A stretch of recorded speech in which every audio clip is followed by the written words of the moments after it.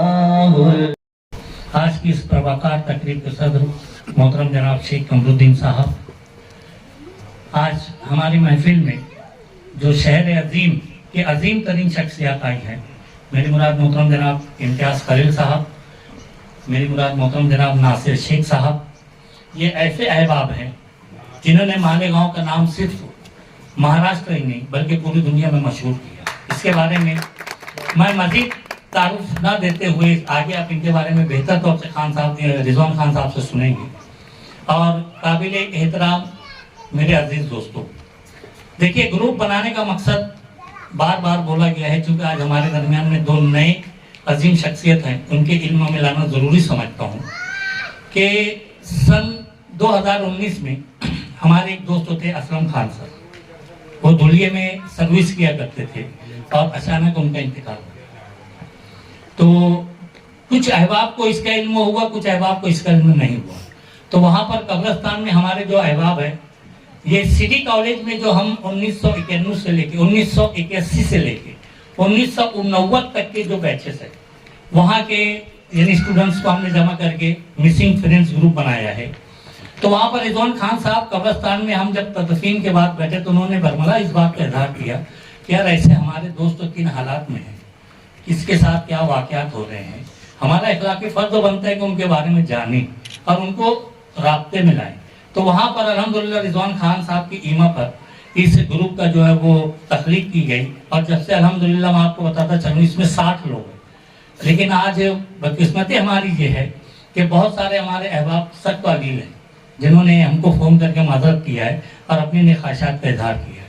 तो ग्रुप बनाने का मकसद ये है कि हम अपने ग्रुप में जो हमारे अहबाब है ये अपने आप में कंज्यूमर है। इसमें 100 में से 30 से 40% या 50% अगर मैं कहूँ कि वो असातिज़ा किराम है जो स्कूल से मुंसलिक है, चाहे वो हेडमास्टर हो, प्रिंसिपल हो, प्रोफेसर हो। और हमारे ग्रुप का वतीरा रहा है कि हमारे ग्रुप के लोग इस अज़ीमुश्शान मर्तबा पर पहुंचे हैं कि आप अखबार में आए दिन पढ़ते होंगे कि मिसिंग फ्रेंड ग्रुप के कोई न कोई फर्दों को अवार्ड मिला है।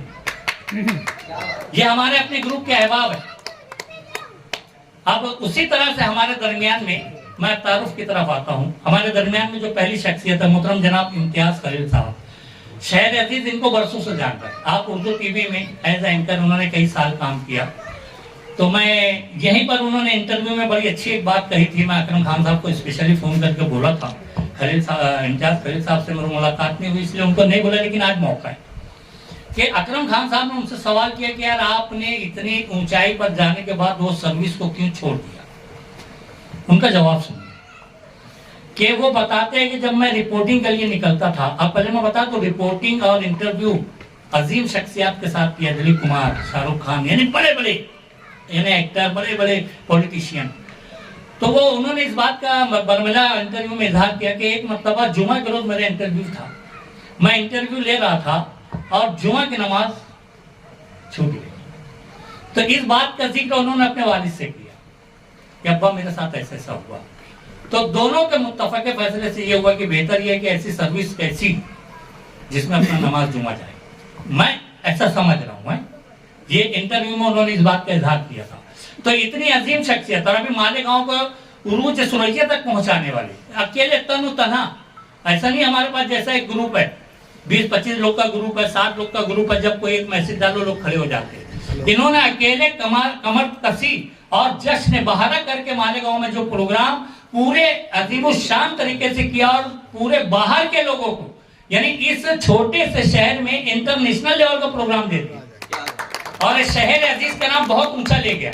और ये सबसे अहम चीज इसमें ये जो मैं जाना हूँ, ये सिर्फ और सिर्फ हमारी मातृ जबान उर्दू की खिदमत की। तो मैं निहायत अदब और एहतराम के साथ मोहतरम जनाब शेख कमरुद्दीन साहब से गुजारिश करूंगा कि आपकी खिदमत में शॉल और गुल देकर, इतनी अजीम शख्सियत। और इस बात का इजहार अभी शहरियान को इसलिए हो रहा है कि इन्होंने जो अकरम खान साहब, नासिर शेख साहब, इन्होंने जो मालेगांव मौलूद को बुनियाद बांधी और इनका नाम जो शहर उफक तक पहुंचाया, तो बड़े बड़े राइटर डायरेक्टर इनके काम से इतने मुतासिर हुए कि इनके नाम ले करके उन्होंने बाकायदा कैरेक्टर करके the boys of Malegaon city, super Malegaon boys of city करके एक फिल्म बनाई है जो 28 फरवरी को रिलीज हो रही है। और इन्होंने, ये आज की बात नहीं है, देखो आदमी इंसान लोगों को जब ऊंचाई पर पहुंचता है तब देखता है, लेकिन उसके पीछे की कुर्बानियां बहुत कम लोग जानते हैं। तो इन्होंने जो कुर्बानियां दी है उस फिल्म में बताई गई है, इससे बड़ा और क्या तारुफ होगा। तो तकरीब के सदर है मोहतरम जनाब शेख कमरुद्दीन साहब, आप साबिक assistant commissioner of Malegaon municipal corporation और अभी फिलहाल आप भी उर्दू की खिदमत जो है वो अंजाम दे रहे हैं और आज वो फिलहाल उर्दू घर के वो कोऑर्डिनेटर है।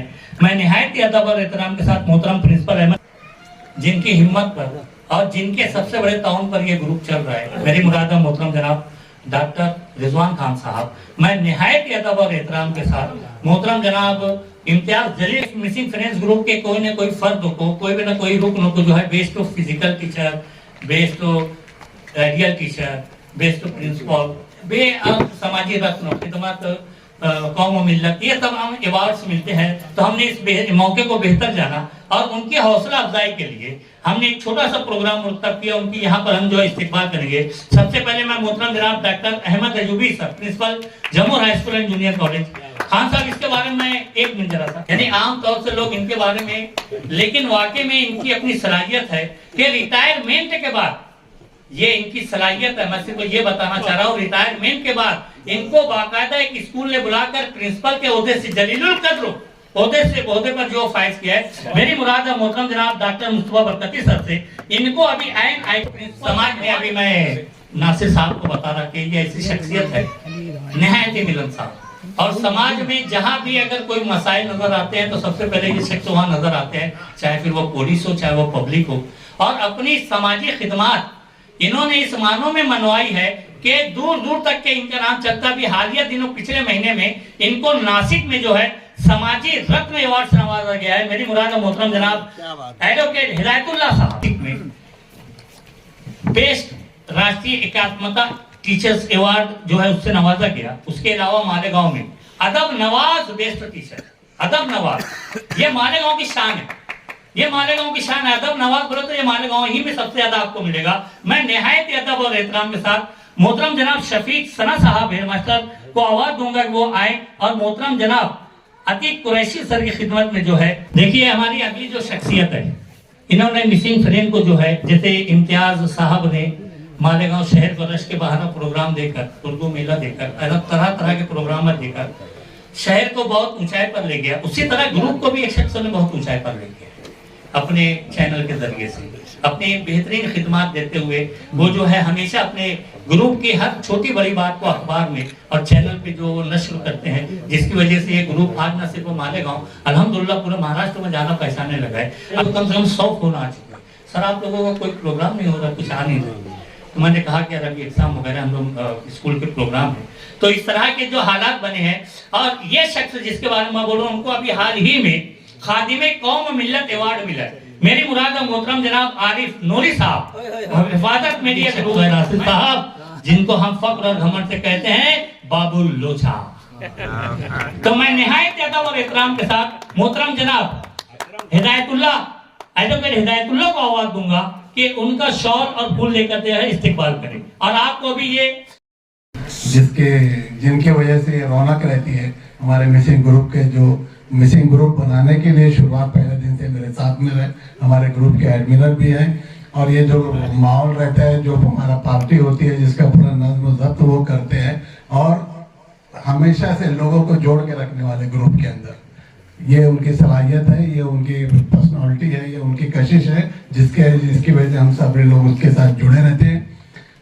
मेरे मुराद है हमारे एडमिनर मिसिंग ग्रुप के मुश्ताक, जिनको मुश्ताक सर को कि उनको बेस्ट फिजिकल टीचर का अवार्ड मिला है। मालेगांव फिजिकल एजुकेशन एसोसिएशन की तरफ से इनको बेस्ट टीचर का अवार्ड मिला गया है। मैं संडे को हमेशा 2-4 लोग कुछ ना कुछ अवार्ड लेने के लिए जाते हैं, उसकी एक झलक आपने देख भी लिया और हमको हमेशा उनका इस्तेमाल भी करना पड़ता है। एक दौर चला था सब डॉक्टर हो रहे थे और अभी अवार्ड मिलते जा रहे बेस्ट टीचर का। तो ये काफ़ी 60 लोगों का ग्रुप है और बड़ी तादाद में हमेशा लोग हाजिर भी रहते हैं। हमने हमेशा से हर मीटिंग के अंदर मालेगांव शहरियान को जो अपने अपने फील्ड में या उनके जिस अदारे से बड़ा काम किया है शहर के लिए, किसी ने नाम रोशन किया है, ऐसे लोगों को हमेशा हम हमारी पार्टी में बुलाते हैं। आज हमारे लिए एजाज़ की बात है कि आज हमारे पास 2 नौजवान लोग जिन्होंने हमारे शहर को, मालेगांव शहर को, खाली हिंदुस्तान में नहीं पूरी दुनिया के अंदर मशहूर किया है। मेरे मुराद है इम्तियाज़ खलील साहब से और हमारे नासिर भाई से।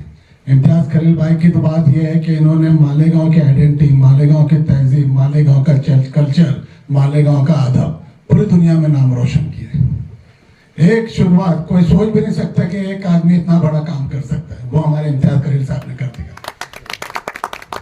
पूरा शहर इनका ममनू है। मैं ईमानदार, कई लोग आए, मालेगांव शहर अदब नवाजों का शहर है। कई बड़े बड़े हस्तियां हैं जिन्होंने अदब के लिए काम किया, कई बड़ी शख्सियत आई है जो अदब के लिए जुड़े रहे, जो अदब को मालेगांव का नाम रोशन किया। मगर जिस बुलंदी के ऊपर इम्तियाज़ खलील ने लेके गए, किसी को ये सादत हासिल नहीं हुई। और सबसे पहले उन्होंने लाए थे उर्दू किताब मेला। उर्दू किताब मेला कोई सोच भी नहीं सकता था, वो कोई स्टेट का कैपिटल रहता है सिर्फ वहीं होता है, जो रियासती राजधानी रहती है वहीं पे होते हैं, या वहाँ पे एयरपोर्ट रहता है वहीं होता है। मगर इतना बगावत करके और इतना ऐसा बागी डिसीजन लेने लगाए ये ऊपर जो उर्दू अकेडमी को, जो अपना मिनिस्ट्री को, और आज वो मालेगांव जैसे शहर में हुआ। कोई सोच भी नहीं सकता था कि मालेगांव शहर में होगा। उस टाइम में जो पब्लिशर थे उनकी हिम्मत भी नहीं हो रही थी कि वहाँ पे क्या बिजनेस होगा, वहाँ पे क्या होगा। एक महाराष्ट्र के छोटे से शहर मालेगांव, जिसके नाम के आगे गांव लगे रहते हैं, उसका एक्सप्रेशन थोड़ा सा गांव का लगता है। ऐसे उसके अंदर जिसकी पहचान कभी बम ब्लास्ट से रही, कभी फसादात से रही, ऐसी इमेज के थे शहर में। लोग जो पब्लिशर थे वो हिम्मत भी नहीं कर रहे थे।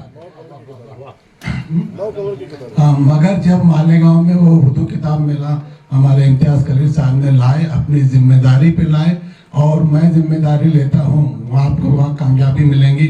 और वो होने के बाद में आज तक मालेगांव का रिकॉर्ड किसी ने नहीं तोड़ा।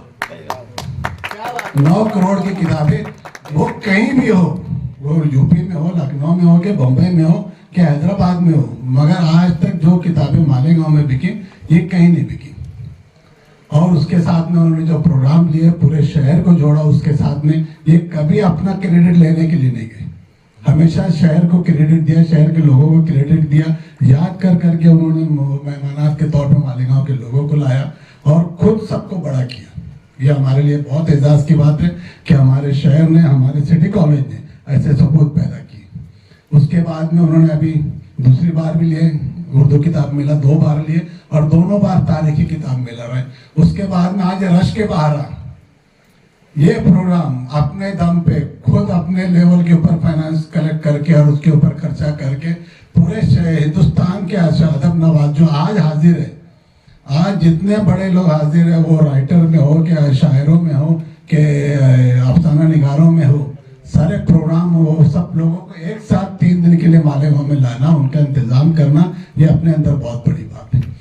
छोटे वसाइल तो हमारे शहर यहाँ चलने अभी फिलहाल रास्ते नहीं है, यहाँ पे रहने के लिए अच्छे कोई लॉजेस नहीं है, ऐसे अंदर उन्होंने सबको लाया, सबको लिया और सब ने मालेगांव का नाम याद करके गया। मालेगांव की जो इमेज थी उसको उन्होंने बदला, सबको अदब का यहाँ पे। और ईमानदारी की बात यह है कि उर्दू अब सिर्फ महाराष्ट्र में जिंदा है, वो भी मालेगांव में जिंदा है। सब जगह उर्दू स्कूलें भी बंद हो गई, कल राजस्थान का भी ऑर्डर हो गया, उर्दू ममनू कर दिए। तो जब तक ऐसे इम्तियाज खलील जैसे लोग जिंदा है, जब तक इंशाल्लाह महाराष्ट्र में मालेगांव में उर्दू जिंदा रहेंगी। ये हमारे लिए बहुत एजाज की बात है कि इम्तियाज खलील साहब यहाँ पे आए। ये जो भी काम किए, जो भी काम किए वो एकदम हाई लेवल पे किए। वो जर्नलिज्म में भी थे तो टॉप उस पे रहे, हमेशा अच्छा काम किया, अच्छे लोगों से मिले, बड़े बड़े लोगों को, फिर दिलीप कुमार हो गए, अमिताभ हो गए, ये ऐसे जावेद अख्तर साहब हो गए, ऐसे लोगों के साथ हो रहे, उनसे उन्होंने किए, मालेगांव की पहचान रखे यहाँ के लोगों की। अभी उन्होंने खलील सेठ के ऊपर डॉक्यूमेंट्री फिल्में बनाई। खलील सेठ अपने अंदर एक बहुत बड़ा नाम है, जो उनका शहर के अंदर कंट्रीब्यूशन है, आज ऐसे लोग आ नहीं सकते शहर के अंदर जो बिना अपने मुफाद के लिए, आज तो सब मुफाद परस्त लोग हैं, आज इन्होंने बिना मुफाद के जैसे खलील सेठ जैसे उन्होंने काम किया, जनरेशन उनको भूल रही थी, बहुत अच्छा काम किया आपने, उनके ऊपर डॉक्यूमेंट्री फिल्म बनाई। नई जनरेशन को मालूम होना चाहिए खलील सेठ क्या है। ये हम आखिरी लोग हैं जो खलील सेठ को पहचानते हैं, ये हम आखिरी जनरेशन।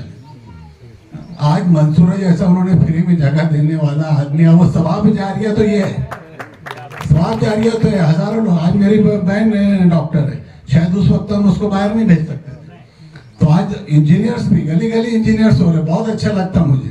कारपोरेशन में इंजीनियर देखते हैं, बाहर इंजीनियर मिल रहे हैं और सब मंसूरा से पास आउट है, अच्छे कोर्स लाए, अच्छा काम किया है, एक बहुत बड़ी शख्सियत के ऊपर उन्होंने बनाएंगे, उसके लिए भी इनके लिए काबिल मुबारकबाद है। और सर आपको मैं हमेशा बोलूंगा कि आप अपना काम जो चालू किए करते रहिए और मिसिंग ग्रुप हमेशा आपके साथ रहेगा।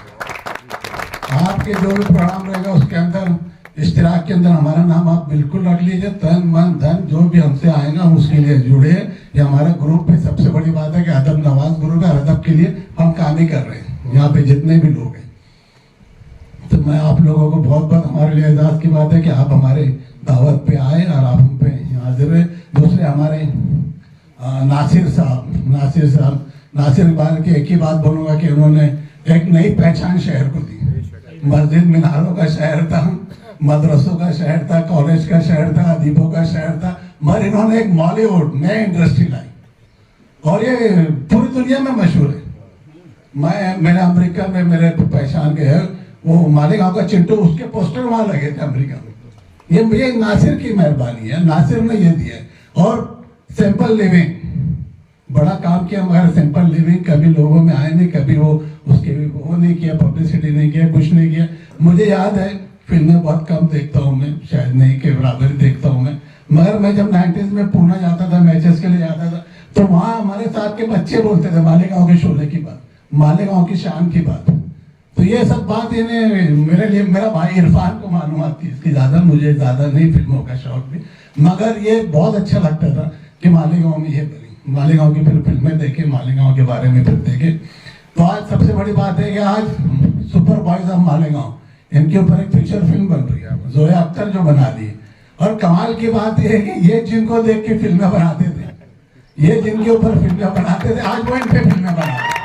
अरे यार, ये हमारे लिए बहुत फख्र की बात है, ये हमारे लिए फख्र की बात है। हम जिसके लिए बनाते थे, आज वो हम उनके लिए आइडियल है। आज वो नासिर को मैं देखता हूँ, जोया अख्तर के सब बाजू में खड़ा है और जोया अख्तर नासिर की तारीफ कर रही है। और बॉम्बे के जो फिल्म इंडस्ट्री के लोग हैं वो नासिर का किस तरह से रहते थे और मालेगांव के अंदर इनका प्रोग्राम कैसे होता था, हमने उनके वीडियो देखे और हमने उनको देख के उनका लैंग्वेज, बॉडी लैंग्वेज सीखा। तो ये अच्छा लगता है यार, तो ये सारी देन जो हमारे बॉलीवुड की पहचान देने वाले, बॉलीवुड शुरुआत करने वाले, विदाउट एनी सोर्सेस, कोई सहूलत नहीं, कोई फाइनेंशियली सपोर्ट नहीं, और उसके अलावा लोगों का भी सपोर्ट नहीं। एक तो ऐसा मायूब काम शुरू किए थे कि एक उसकी तारीफ करना आएगा, क्या बोलते हैं, इज्जतदार आदमी मायूब समझता था। हालांकि ऐसी कोई बात नहीं, सबका अपना फील्ड है। और ये मैं ईमानदारी, हर कोई चाहता कि मैं हीरो बनूं, वो कोई भी हो, कोई भी शख्स हो, हर कोई चाहता कि मैं फिल्मों में आऊं, मैं फिल्मों में देखूं। आज इनकी वजह से मालेगांव के बॉलीवुड देने से हमारे शहर के लोगों को रोजगार मिला, लोग उसमें काफी रोजगार से जुड़े, काफी फिल्में बन रही है, काफी बना रहे हैं। ये हमारे नासिर भाई जो काम शुरू किया था, हमारे अकरम खान साहब भी उसकी देन है। अकरम खान साहब भी उनके साथ जुड़े, उनके शुरुआत के दौर के लोग हैं। 18 तारीख का, हाँ, उसके अंदर अभी 28 तारीख में जो फिल्म रिलीज हो, उसके अंदर अकरम खान, फरूक जाफरी, ऐसे कई लोग, इरफान, कई लोग उसके अंदर जुड़े हैं। और आज मालेगांव से वो इंडस्ट्री चल रही है, वो छोटू दादा के नाम से हो, कि जिन्हें हो, कि ऐसे तो काफी कैरेक्टर है। और एक बाहर बहुत रिस्पेक्ट से नाम लेते हैं आप लोगों का। बाहर शहर में जब जाओ ना, तो जब जो लोग बात करते हैं, जो एक अलग इसका भी क्रेज रहता है यूट्यूब का और फिल्मों देखने का, वो बहुत रिस्पेक्ट से काम करते हैं। और वो बोलते हैं, वो हम आएंगे तो मिलेंगे क्या मालेगांव में? तो हम भी तुम्हारा रिस्पेक्ट रखते हैं, टाइम देना पड़ेगा, आप फोन करके आना। वो बहुत बिजी रहते हैं, उनका शेड्यूल देख के मैं बोलूंगा तो हम तुमको बहुत बड़ा करते बाहर। तो ये भाई हमारे लिए आज बहुत बड़े एजाज की बात है कि नासिर भी हमारे साथ में है, जिसके चल रहे, अल्लाह और तरक्की दे। आप लोग मालेगांव में मना रहे, मैं तो चाहूंगा कि आप लोग, अभी तो बहुत चांस हो गया, काफी हो गया, इम्तियाज भाई को मालूम हो गया, ओटीपी भी आ गए, ये आ गए, आप बॉम्बे में भी जाओ, बॉम्बे में भी काम करो। और मालेगांव में टैलेंट हर फील्ड का है, ज्यादा से ज्यादा लोग को काम मिले, तो हमारे लिए बहुत एजाज की बात है। आज का प्रोग्राम हमारा अल्हम्दुलिल्लाह बहुत अच्छा प्रोग्राम है। प्रोग्राम की कामयाबी मेहमानों पे रहती है, मेहमान अच्छे रहे तो प्रोग्राम अच्छा होता है। शुक्रिया सर। और अजीज साथियों, सच्ची बात तो यह है कि मुझको मेरे बड़ों ने याद किया, और ये बड़े एजाज की बात है। और उबैद आदम आदमी साहब का गालिबन शेर है कि क्या है,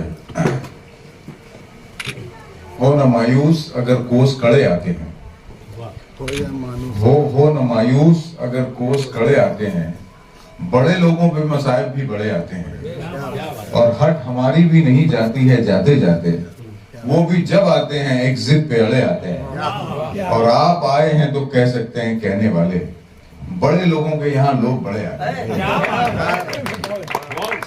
बहरहाल ये मतलब मुझे लगता है कि मैं अब अपने आप को कामयाब समझ सकता हूँ कि मुझसे बड़ों ने मुझको याद किया, क्योंकि ये वो शहर है जो किसी को खातिर में नहीं लाता। मालेगांव जो है ये अच्छे अच्छे बड़े लोगों को खातिर में नहीं लाता। मेरी खुशनसीबी है कि मुझे हमेशा मेरे बड़ों का प्यार मिला, मेरे बड़े हमेशा साथ मेरे, कभी ये पूछा नहीं कि हमें किस हैसियत से बुला रहे हो, हमें याद कर रहे हो या नहीं याद कर रहे हो। लेकिन ये कि बड़े जो है वो बड़े रहते हैं, उन्हें इसकी परवाह नहीं होती है कि उन्हें याद किया जा रहा है, उन्हें बुलाया जा रहा है या नहीं बुलाया जा रहा है। लेकिन मालेगांव की मिट्टी अजीब है, और ये मिट्टी इसलिए अजीब है कि इसकी बुनियाद में अखलास था। वो जो लोग आज शहर के ताल्लुक से बात करते हैं कि शहर में तामीर नहीं, तरक्की नहीं, उन्हें इस शहर की तारीख पता नहीं, उन्हें ये पता नहीं कि ये लूटे हारों का शहर है, ये ऐसे लोगों का शहर है जिनके पास कुछ था नहीं, जो इधर उधर से आके बस गए, जिन्होंने ये सोचा भी नहीं कि इसका नाम क्या है, जिन्होंने कभी इसकी जरूरत भी महसूस नहीं की कि अब चूंकि ये हमारा शहर हो चुका है तो इसके नाम को तब्दील करना चाहिए। जो अच्छी चीज मिली उसको कबूल कर लिया। ऐसे ऐसे लुटे हारे लोग जिनको अंग्रेजों की कभी लेवी की वजह से, उनकी कहना चाहिए जो जायद जो टैक्सेस लगाते हैं उसकी वजह से, फिर ये 1857 की जंग आज़ादी में शरीक होने की वजह से जिनको अपने कहना चाहिए जगहों से, अपने खलियानों से, अपने मकानात से बेदखल किया गया, वो लोग यहाँ पे आके बसे। जब आए तो पता चला कोई खास शहर था नहीं है। फिर पता चला पुलिस एक्शन होता है तो वहां से लोग बेचारे एक ऐसे दयार के लिए जहां महफूज या जहां अमान मिल सकती है वहां आने के लिए लोग आए, और इस तरीके से मुख्तलिफ जगहों से परेशान सताए हुए, बल्कि जो मेरी ताज़ा याददाश्त है वो ये कि 2001 के फसादात के बाद हमारे आसपास की खेड़ों से बहुत सारे लोग, क्योंकि मैं अक्सर कहता था कि एक बाबरी मस्जिद की शहादत हुई, पूरे हिंदुस्तान में इतना हंगामा हुआ। 2001 के फसादात के बाद मालेगांव के अतराफ में 34 मसाजिद और दरगाहों को मिसमार किया गया, पता नहीं कितने घरों को मिसमार किया गया, वहां से तबाह हाल लोग आए यहाँ। तो ये शहर तो आसरा रहा है हमेशा से ऐसे लोगों का, इसीलिए उसी अखलास की बुनियाद पे यहाँ ऐसा टैलेंट आया। हैरत होती है कि हम लोग तो थोड़ा सा लाइमलाइट में आ गए, वरना गलियों में ऐसी ऐसी सलाहियतें मौजूद हैं कि अगर इन्हें मौका मिल जाए तो पता नहीं कहाँ चले जाए। तो रशीद कौसर फारूकी का शेर है कि कितने असनाम ना तराशीदा पत्थरों में ही कसमसाते हैं, अगर वो पत्थर हटा दिया जाए तो पता नहीं क्या क्या चीजें मौजूद है यहाँ पे। तो मुझे ऐसा हमेशा, मैं जर्नलिस्ट बना, जर्नलिस्ट कोई सेलिब्रिटी नहीं है। जिस दिन जर्नलिस्ट ने ये समझ लिया कि मैं सेलिब्रिटी हूँ, उस दिन सच्ची और अच्छी खबर आना बंद हो जाएगी। जर्नलिस्ट एक आम आदमी है और एक इंतहाई आम आदमी की हैसियत से मैंने महसूस किया कि मेरे शहर में जबरदस्त टैलेंट है, एक ऐसा टैलेंट, मतलब मैं दिल्ली हो, मुंबई हो, लखनऊ हो, कोलकाता हो, हैदराबाद हो, उर्दू के वो रवायती दबिस्तान जहाँ पे उर्दू के बड़े बड़े लोग होते हैं, वहाँ की कॉन्फ्रेंसेज अटेंड करना, वहाँ के प्रोग्राम जो है उनको अटेंड करना, तो 2-4 बड़ी शख्सियात के अलावा उमूमी तौर पे मैं देखता था कि सन्नाटा है। और मेरा ही शहर था जहाँ पे नए लोग आ रहे थे, जहाँ गोल्डन नगर की छोटी सी जगह पे हारून अख्तर 15-20 लोगों को लेकर के एक कहना चाहिए अफसानों की नशिश बर्पा करते हैं, जहाँ इसकस जो है एक मरकज बना है, जहाँ ATT सिटी कॉलेज, कहाँ कहाँ बम्बई में कहाँ लोग जमा, उरूसुल बिलाद कहा जाता है बम्बई में, कहाँ लोग जमा होने पाते हैं। तो यही वो शहर था जहाँ बेलौस जबान के लिए लोग जमा हो रहे थे, बेपनाह मुखलिस लोग, ऐसे ऐसे अशार। जब मुश्ताक को मैं 2009 में अमेरिका गया, गवर्नमेंट ऑफ अमेरिका के कहना चाहिए की दावत पे, वहां से आया तो मेरा प्रोग्राम रखा गया फेमस क्लब में। मुश्ताक को आसिफ फैजी लेकर गया है और वो उस वक्त पावर लूम चला रहा था। मुश्ताक को भी पता नहीं कि कौन इम्तियाज खलील है, लेकिन उससे कहा गया कि यार इम्तियाज खलील है, उनकी तहनीत में एक प्रोग्राम है, आपको आना है। उसको लेकर गया लूम पे से, उसका बेचारे को ऐसा लग रहा था मेरी खोटी हो रही है। वो आए, मैंने पहली मरतबा उनको सुना और उसके बाद मैं नेहरू सेंटर जब पहुंचा, बॉम्बे पहुंचा हूं, तो नेहरू सेंटर के डायरेक्टर लताफत हुसैन खाजी साहब से मैंने कहा कि खाजी साहब, इस मरतबा जो मुशायरा होगा उसमें मेरी तरफ से एक शायर रहेगा। नेहरू सेंटर में किसी के रिकमेंडेशन पे शायर होते, मैं बुलाया नहीं जाता, लेकिन अल्लाह का करम है, मैं चूंकि जर्नलिस्ट था, मेरी बात उन्होंने मान ली। जब वो आया मुश्ताक, तो वो एक मुनहनी सा लड़का जिसकी हर शर्ट पे बीड़ी का दाग, यानी जो ईद की भी शर्ट रहेगी तो उसमें एक तो दाग रहेगा, ये सब साथी हैं मुझसे पहले से जानते हैं। वो वहां पहुंचा तो उसको देख के भाई साहब मुझसे कहने लगे कि इम्तियाज भाई बेइज्जती नहीं होनी चाहिए। मैंने कहा सिर्फ देख के होनी है तो हो गई, लेकिन अगर इसके कलाम को सुनने के बाद का मामला बाकी है तो अभी एक मौका है मेरे पास। और जब उसने पढ़ना शुरू किया, खुदा की कसम, नेहरू सेंटर के ऑडिटोरियम में एक मजदूर से शख्स, जावेद अख्तर सामने बैठे हुए थे, ये जिंदा था, फरूक उस वक्त जिंदा था, जावेद अख्तर बैठे हुए हैं और वो चूंकि उनके पैर में तकलीफ थी, पहले फर्शी नशिश होती थी, तो वो सामने बैठे हुए थे, वो मुंडी झुकाए बैठे हुए थे। जब इसने पढ़ना शुरू किया, उन्होंने सर उठाया और उसके बाद मुशायरे के बाद ग्रीन रूम में उसको बुला करके कहते तुम थे कहाँ अब तक?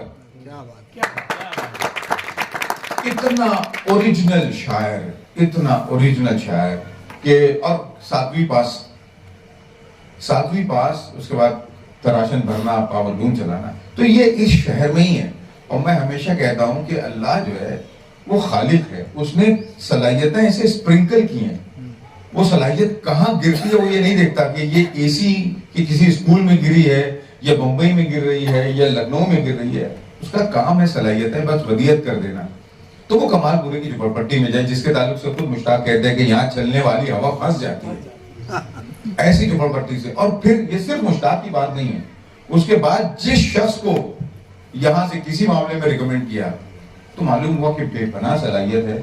बस यही था कि अगर मेरे शहर में सलाहियत है और अगर अल्लाह ने मुझे कहीं कबूल आम दे रखा है तो अपनी सलाहियत को वहां तक पहुंचाऊं। अल्लाह का करम है कि ऐसी सलाहियतें लोगों तक पहुंच रही हैं। और एक बहुत बड़ी बात यह है कि थोड़ा सा इनेतात है शहर में, राजू से पूछ के देखो। लेकिन ये इनेतात जाएगा भी नौजवान फिक्रों से ही।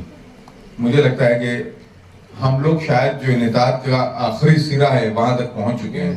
अब हमारे नौजवान महसूस करने लगे हैं कि शहर में कुछ गड़बड़ है, और अल्लाह की जात से उम्मीद है कि जिस दिन ये नौजवान महसूस करने लगे कि ये गड़बड़ है तो उसको ठीक करना भी जानते हैं। हम उन्हें कितना ही नाकारा कहें, कितना ही नालायक हैं, इंशाल्लाह इस शहर को ठीक करने वाले में यही लोग हैं। आप लोगों ने मुझे याद किया, मैं बेपनाह ममनून हूँ, बहुत बहुत शुक्रिया।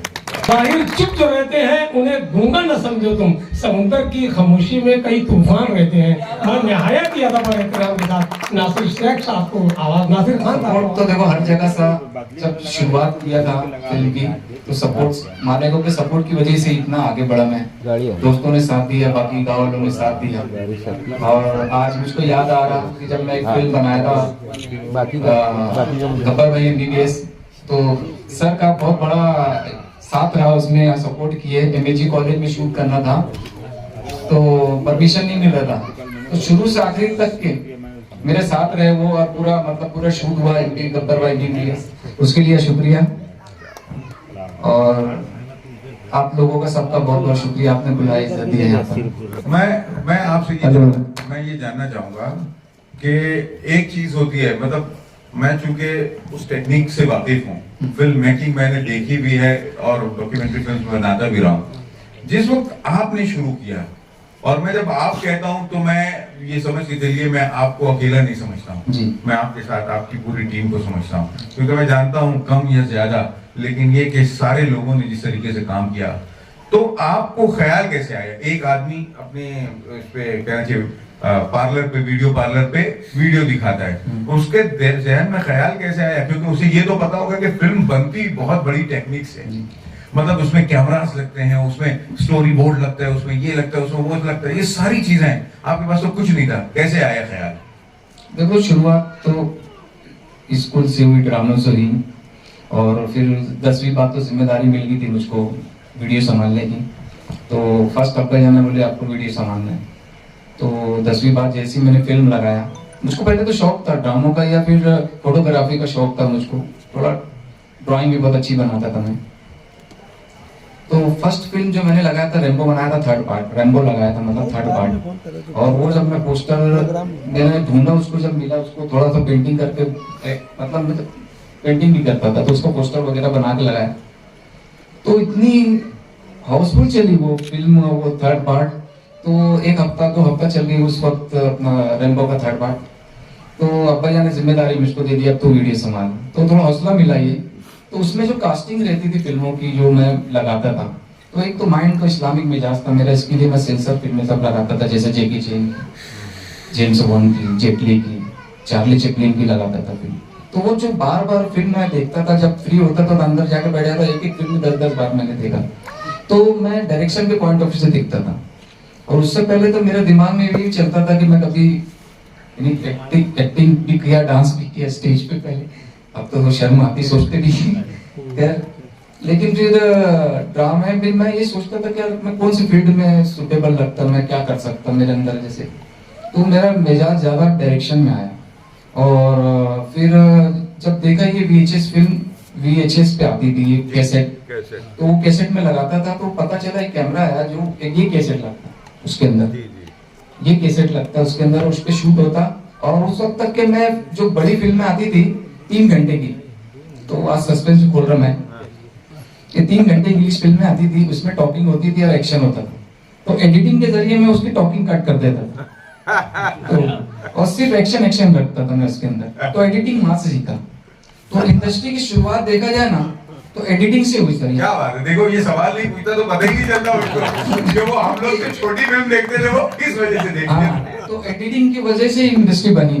फिर मैंने VHS कैमरा लिया, फिर शादी के ऑर्डर करने लगा, और फिर VCR to VCR मैंने एडिट किया कई फिल्में, कमाल की बात है। और ये फर्स्ट फिल्म मुझको ऑफर मिला था अपना जरा से जिंदगी का, तो वो मुझको जिम्मेदारी दी है अतीक सर ने ATT के। तो जब फिल्माना मैंने शुरू किया तो वो उस वक्त एक कैसेट आती थी, एक 100 रुपए की आती थी और एक 1000 रुपए की आती थी। तो मैं तो टेक्निकल समझता था कि कैसेट कभी लगाएंगे तो ये बार बार रिवाइंड फॉरवर्ड में खराब हो जाएगी। और वो हाईटेक लेनी वाली पड़ेगी। हाँ, तो अच्छी वाली जब पता चला था हमको बॉम्बे में ये है, तो 1000 रुपये की आती। तो अतीक सर को ऐसा लगा कि वो बजट बढ़ जाएगा फिल्म का, तो वो थोड़ा सा ऐसा समझे कि यार ये तो वो फिर वो मुझको डायरेक्शन नहीं मिली वो फिल्म की, सिर्फ मैंने गजल फिल्म आया था उसकी। तो गजल फिल्म आने के बाद में सिराज सर ने देखे वो फिल्म को, और अपना आसिफ सुबानी मेरे पास आए, तो एक फिल्म बना रहे थे शंकर, उसकी जिम्मेदारी मुझको दी। लेकिन मैंने बोला एक शर्त पे मैं थोड़ा सा मैं इन्वॉल्व होना चाहूंगा इसमें, इस स्क्रीन प्ले में, ये स्टोरी में। तो फिल्म मुकम्मल बनी दहशतगर्द। मैं आया था, उसकी शूटिंग हाँ चल रही थी। हाँ, तो उसमें मैंने टेक्निक यूज करा था फर्स्ट टाइम। जैसे कुछ मेरे पास था नहीं जो मैं फिल्मों में देखता था। ट्रॉली नहीं थी उस वक्त, तो अरे हमने वो बैलगाड़ी, क्या बात है। ट्रॉली नहीं थी तो एक क्रेन अपना मैंने साइकिल का यूज किया था उसी वक्त। ये भी हकीकत है, मतलब सिर्फ फिल्म ऐसी बात नहीं है। फिर मुझको एक सीन फिल्माना था जो मैं हर फिल्म में देखता था कि क्रेन का यूज होता, तो अचानक नजर पड़ी मुझकी बैलगाड़ी के ऊपर, तो फिर मैं ऊपर बैठा, फिर बैलगाड़ी, फिर क्रेन बन गई। तो टेक्निक वहीं से फिर शुरुआत हुई। तो ऐसे फिर और 2-3 फिल्में मैंने बनाया। फिर मेरा ऐसा सोचना हो कि मैं खुद की फिल्म बनाऊं, क्योंकि कंपटीशन बहुत रहता था फिल्मों का वहां पर।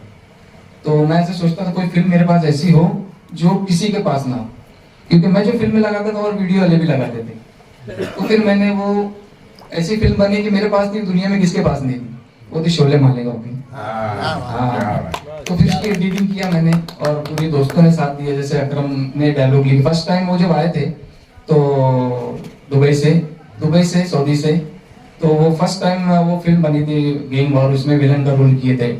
उसके बाद फिर एक मुन्ना फिल्म बना था, उसमें वो पूरा मेन लीड वो किए थे, डायरेक्शन दिया था मैंने उसमें। फिर उनको राइटिंग का भी शौक था। मतलब और क्या शौक है जरा बताओ, अपने मल्टी टैलेंट है वो आदमी है। बोले मैं गाना भी गाते हैं, वो तो देख ऑर्केस्ट्रा हो गया, तो गाने भी गाए अपने शोले में और राइटिंग भी की है। अभी सुनाएंगे भी। हाँ सुनाएंगे, वही गाना सुनाएंगे। और फिर ऐसे ही फिर पीटर भाई ने साथ दिया, आज पूरा चेंज हो गया वो। वो तिलावत कर रहे थे, मैं सोच रहा था आंसू के। हनी भाई का बहुत बड़ा सपोर्ट भी था उसमें। हमारे एक एजेंट हमारे साथ थे वो, और बहुत अच्छा रोल निभाया उन्हें अपना ठाकुर का और शाकाल का इसके अंदर अपना फिल्म में। इरफान इलियास थे अपने उसके साथ, अमिताभ बच्चन, शफी और बहुत से लोग बोल रहे सॉरी उसके लिए। हामिद सुबानी तो अपने वो वो भी ऐसे ही हो गए। चेंज हो गई, इसलिए मैं परहेज कर रहा हूँ। खैर, तो फिल्म बनी और मैंने यकीन मानो इतना दिल से काम किया उसके अंदर, पूरी मतलब एक एक फ्रेम। जैसे उस वक्त कोई मेकअप भी नहीं करता था, मैंने मेकअप किया, डायरेक्शन मैंने दिया, प्रोड्यूस मैंने किया उसको, भाई ने किया प्रोड्यूस उसको। लोकेशन पे मैं जाके देखता था उसको, एडिटिंग है या फिर मेकअप है और फिर कॉस्ट्यूम है, तो वो पूरी एक एक दिमाग में थी मेरे फिल्म, जो कि मैं पर्दे पे आई हूँ। तो मुकम्मल जब फिल्म बनी तो मालेगांव में बहुत पसंद थी उसको। मैं रोक रहा हूँ आपको, लेकिन यहाँ पे हमारे बॉलीवुड के 2 सबसे टैलेंटेड लोग मौजूद हैं। मतलब बहुत मतलब क्रिएटिव उसकी वजह से, एक्टिंग की वजह से नहीं कह रहा हूँ, क्रिएटिव उसकी वजह से जो 2 सबसे अहम लोग हैं वो दोनों यहाँ मौजूद हैं। मुझे आप एक सवाल का जवाब दे दीजिए कि जो चीज आप लोगों ने शुरू की थी और उस वक्त एक अजीब सा जोश था, उस वक्त जिस तरीके से आप लोग जाते थे ऐसा लगता था जैसे कोई त्योहार है, ये भी आ रहे वो भी आ रहे, ये भी करेंगे वो भी करेंगे। लेकिन वो कहना चाहिए बाद में चिंटू की वजह से, चिंटू नहीं अपना तुम्हारा छोटू दादा की वजह से लोगों ने पैसे बहुत कमा लिए। लेकिन मुझे लगता है कि जो मेयार का मामला था, शायद वो मेयार के मामले में वो हम लोग आगे नहीं बढ़े। क्यों? मैं गलत बोल रहा हूँ अकरम भाई? नहीं आएगा ना, मतलब इसलिए कि वो जो चीज आप लोगों ने शुरू की थी ना, तो मुझे लग रहा था कि उसके बहुत आगे जाएंगे। आप लोगों के पास कुछ नहीं था, ट्रैश से आप लोग ये बना लिया, तो जब कुछ आ गया तो उससे बहुत आगे जाने की हमें उम्मीद थी। एक मिनट मैं बोलना चाहूंगा इसको। शुरुआत हमारी खेल से हुई है, जैसे शोले बनी, फिर शान बनी, उसके बाद फिर एक स्टेप हम लोग उसके अंदर स्टेप बढ़ाया। शोले के बाद एक फाइट थी मेरी कि गाँव में फिल्म बनाना था मुझको, तो फिर मैं शान मालेगांव में। अब एक फाइट थी मेरी उसके अंदर के, अब बॉलीवुड से टक्कर ली, हॉलीवुड से लेंगे टक्कर, तो सुपरमैन फिर मैंने बनाया मालेगांव का सुपरमैन। फिर वो फिल्म उसमें स्टेप बढ़ रही थी अभी धीरे धीरे।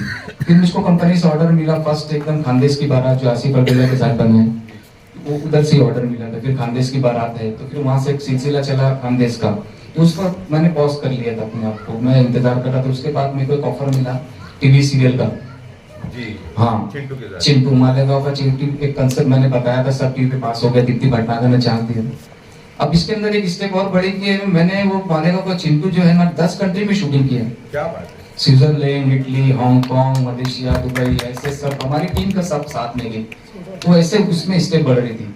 अब जब आपकी बात कर रहे तो अभी इसके बाद जो फिल्म अभी रिलीज हुई अपनी सुपरबाज और मालेगा, ये अलग लेवल पे चली, लेकिन आप जो बोल रहे हो अब उसका वक्त आया, अब वो इंशाल्लाह वो चीज की शुरुआत होगी अदब के ताल्लुक से। नहीं, सिर्फ अदब की बात नहीं मतलब एक हाँ। फिल्म में अदब बोले तो आप इन्हें अलग अलग तरीके का अदब आता है उसके अंदर, वो सीन लिख सकते हैं आप। हाँ, वो चीजें आप लोग क्रिएट, क्योंकि आप लोग देखो जो ये अकरम भाई यहाँ पे मौजूद है, जो स्टिल फोटोग्राफी जानता है वो वीडियो फोटोग्राफी में कभी भटकता नहीं है, क्योंकि उसके पास उसकी सीन जो है ना, अरे उसका ये क्या बोलते हैं अपना कैमरा जो है वो उसका एंगल क्लियर होता है कि मेरा ये एंगल है। तो ऐसे ही आप लोगों को फिल्म समझ चुकी है जी हाँ, और बहुत अच्छी समझ चुकी है। तो मुझे लगता है कि अब जो फिल्में आपकी आनी चाहिए वो ये हो कि मालेगांव वालों ने स्टोरी वाइज भी इसमें क्लास की है। क्लास करेंगे इंशाल्लाह, है उम्मीद भी उसके लिए, क्योंकि बजट की बात ही शुरू से हाँ सही बात है। ये तो खैर यूट्यूब की वजह से ये अलग लेवल पे चले गया मामला, लेकिन वो जो आप बोल रहे हैं इंशाल्लाह सबकी कोशिश है और सबकी रहेंगी इंशाल्लाह, आगे सोचेंगे बहुत है इंशाल्लाह। अगर ऐसा कुछ होगा तो मैं जरूर। अभी बताओ, ये आदमी बात नहीं कर रहा था। नहीं, मैं ऐसे बात कर रहा मैंने था। यहाँ भी बता दिया कि मेरा काम बात करना ही है। और नहत रहने वाला है कि जमीन आसमान के मालिक, सारी दुनिया जहान के मालिक, तेरे कब्जे में सब खुदाई है, तेरे ही बात से बनाई है। आने वाले तमाम मेहमान किराम का मैं इस्तेमाल करता हूँ। खासतौर पर आज की ये जो महफिल सजी हुई है, मुश्ताक बीएस की जो मेहनत होती है, कोशिश होती है, उनकी सराहना नहीं की जाए तो मैं समझता हूँ कि कमरुद्दीन शेख साहब हैं, एडवोकेट हिदायत साहब हैं और रिजवान खान साहब। आज हमारी जो मिसिंग फ्रेंड ग्रुप के रुए रवा हैं, रिजवान खान साहब, अकरम खान जो है, जो अपना फार्म हाउस हमेशा हमको नजर कर देते, कहना चाहिए हमारे लिए वक्त कर दिया उन्होंने। ये अलग बात है कि हीरोइन जिंदगी ताजमहल हो जाए, चांदनी बन के कमल हो जाए और वो जो आ जाए अगर महफिल में, दिल की धड़कन भी गदर हो जाए। तो आज हमारी महफिल में खास तौर पर इम्तियाज खलील साहब आए हैं और नासिर साहब। नासिर साहब के ताल्लुक से एक बात मुझे ये खुशी हो रही है कि अमिताभ बच्चन जब पहली पिक्चर आई, मतलब आने वाली थी, तो ऐसा बताते हैं कि मैं जो है लोकल ट्रेन पर इधर उधर घूमता, कोई पहचानता नहीं था। लोकल ट्रेन पर गया तो बोले ये लंबू जा उधर के किनारे, और जिस दिन रिलीज हुई पिक्चर दूसरे ही दिन उनका ऐसा डंका बजा कि लोगों ने सर आंखों पर उठाया। इसी तरह मुझे उम्मीद है कि 28 तारीख को सुपरवाइज मालेगांव जो रिलीज हो रही है, तो लोग मुझे भी ये बोलेंगे और मैं फख्र से ये बोलूंगा कि यार नासिर शेख साहब के साथ भी प्रोग्राम में था, ये फोटो देखिए मेरा अभी हमारे लिए। तो आने वाली नस्लें तुम पर फख्र करेगी है लोगों। उनको जब मालूम ये होगा कि तुमने इम्तियाज खलील को देखा है, उनको मालूम जब ये होगा तुमने नासिर शेख को देखा है, आने वाली नस्लें तुम पर फख्र करेगी है लोगों। उनको जब मालूम ये होगा कि तुमने अकरम खान को देखा है। मैं बहुत बहुत मशहूर हूँ आपका। तमाम मेहमान मुअज़्ज़म इम्तियाज खलील साहब, नासिर शेख साहब और हमारे मिसिंग फ्रेंड्स के वो अहबाब, तमाम लोगों का मिसिंग फ्रेंड्स की जानिब से मैं उनको इस्तेमाल करता हूँ। और हमारे जो साहब पार्टी थी, मंजूर आलम सर, कमरुद्दीन शेख साहब और शफीक सर साहब, और खास तौर से अकरम खान साहब का मशकूर हूँ कि इन लोगों ने हम लोग को अपना वक्त दिया, बहुत कीमती वक्त दिया। सबका शुक्रिया, रब का शुक्रिया।